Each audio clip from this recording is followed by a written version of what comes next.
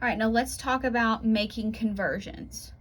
Now, for example, if we want to convert 45 centimeters into meters, we're going to answer this problem. These are the steps we're going to follow. So there's 4 of them. And I know some of you are going to go, this is just kind of silly. And I understand that. I thought the same thing too. But if you take the time to learn it now, you will be so grateful, especially if you take my chemistry class, which I encourage you to do. All right, so the first thing we want to do is we need to determine which one of our conversion factors we use. So which one of these up here has both centimeters and meters in it? Well, that's going to be this one. So 1 meter equals 100 centimeters. If you know your prefixes, you already know that. Now, next, when we're doing these conversions, we're going to be dealing with fractions. I understand if you don't like fractions, but they're special fractions, maybe? All right, so we want to decide, we need to know if we want meters in the numerator, so if we want it on top. So we're going to make this into a fraction. So do we want meters on top, or do we want centimeters on top? All right, so here's what you got to think about. The goal unit, so here we want meters, that needs to be on top. Or if you say, I don't want centimeters anymore, that's going to go on the bottom. All right, so here we're given 45 centimeters, but we don't want centimeters anymore. So here come the train tracks, if you like them. So we're going to rearrange this. We don't want centimeters anymore. So we can say we put those on the bottom, and we want meters on the top. I tend to think of what I want going on top. Some people think about what they want to get rid of. Okay, now we're actually going to divide things out. So here we've set it up. Now we're going to actually do that division. Okay, so it's okay if you do this and you get things upside down. I did that a lot. I still do it sometimes. It's okay. All right, so now remember, in a fraction, anything that is in both the top and the bottom goes away. All right, that's the key here. If it's in the top and the bottom, so centimeters over centimeters equals 1. When you multiply something by 1, it really doesn't affect the math. So that's the point here.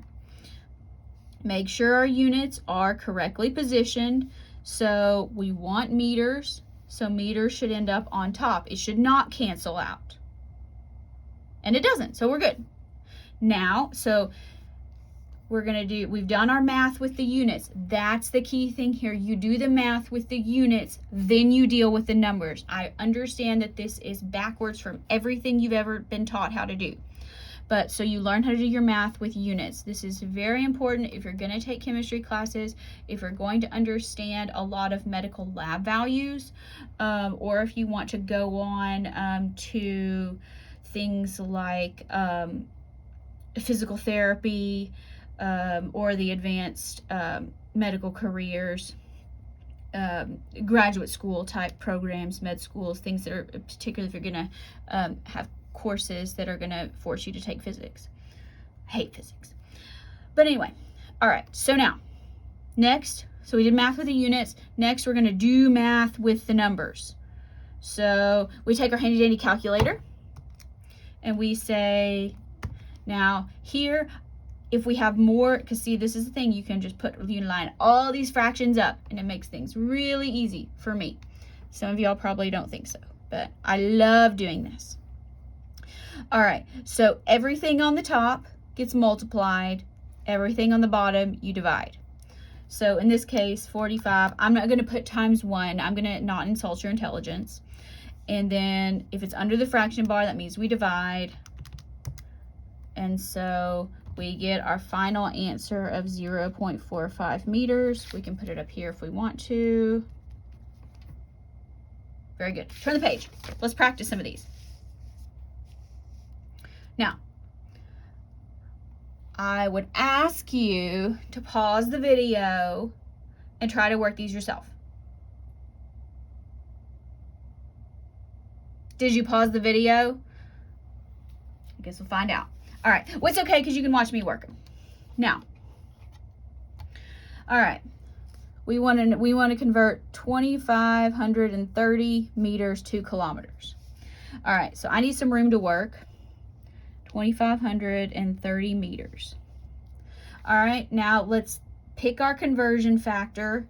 Remember that 1 kilometer equals 1,000 meters. Now, we need to arrange this in a fraction so that we don't want meters anymore, and we do want kilometers.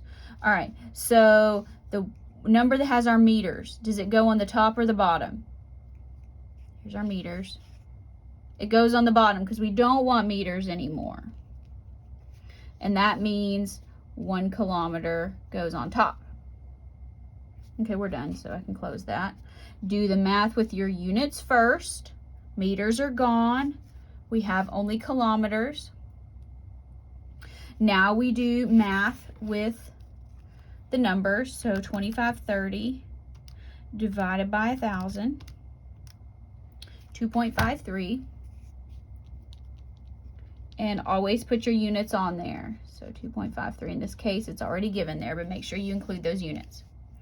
Okay, now same thing, 2,530 meters. We want to know how many centimeters. Okay, so I'm going to come out over here because I need space to write. And one of the things that upsets a lot of people when we're doing this is there's nothing on the bottom. Yes, you can have a fraction with nothing on the bottom. You can have a fraction with nothing on the top. It's okay. We're doing math with units, so just don't worry about that. Which one of our conversion factors has both centimeters and meters? We know that 100 centimeters is 1 meter. Hopefully you remember that. Now let's set this up. Which one of these goes on top and which one goes on the bottom? Here I got centimeters. Should centimeters go on the top or the bottom? If you said, Dr. B, it should go on the top, you are absolutely correct. 100 centimeters should go on the top because that's what we want. Or you can say, well, meters should go on the bottom because we want to get rid of it. Both of those are different ways of saying the same thing. Do math with your units, cancel them out. Next, do math with your numbers. If it's on the top, you multiply. 2,530 times 100. Now make sure you copy all of these. 253,000.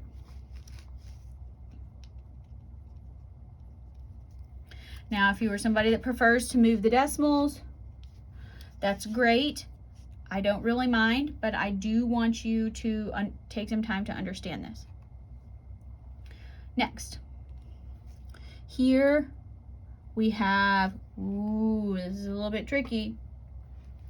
We want to go from centimeters to kilometers. All right, now there's probably somebody in here that can actually think about this and get this in one conversion, but I can't. I don't like to do that. All right, so let's start with what we're given. 2.530 kilometers. And we want to get to centimeters. I can't get directly there based on the conversion factors that I know that I gave you in the table.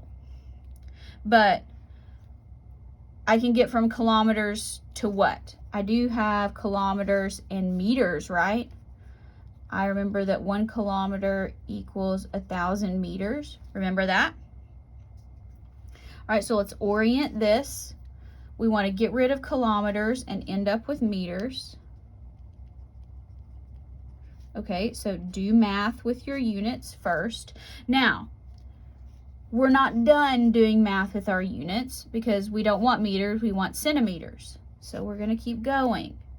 Some of you are going to want to get an answer, and that's fine. It just takes longer and it's inefficient.